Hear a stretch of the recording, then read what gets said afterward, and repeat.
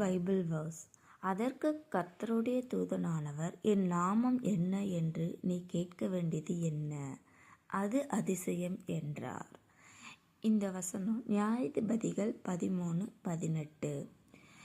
இந்த நியாயாதிபதிகள் 13வது அதிகாரத்தில் நீங்கள் வாசித்து பார்த்தீங்கன்னா, மனோவா அப்படிங்கிற ஒரு பர்சன் இருப்பார். அவரோட ஒய்ஃப்க்கு வந்துட்டு குழந்தை இருக்காது.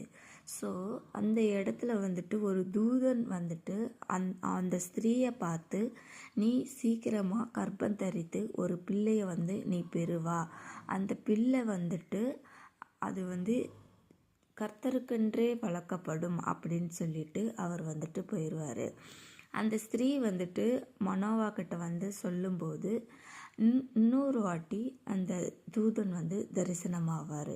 அப்புறமா அந்த தூதன் மனோவாவையும்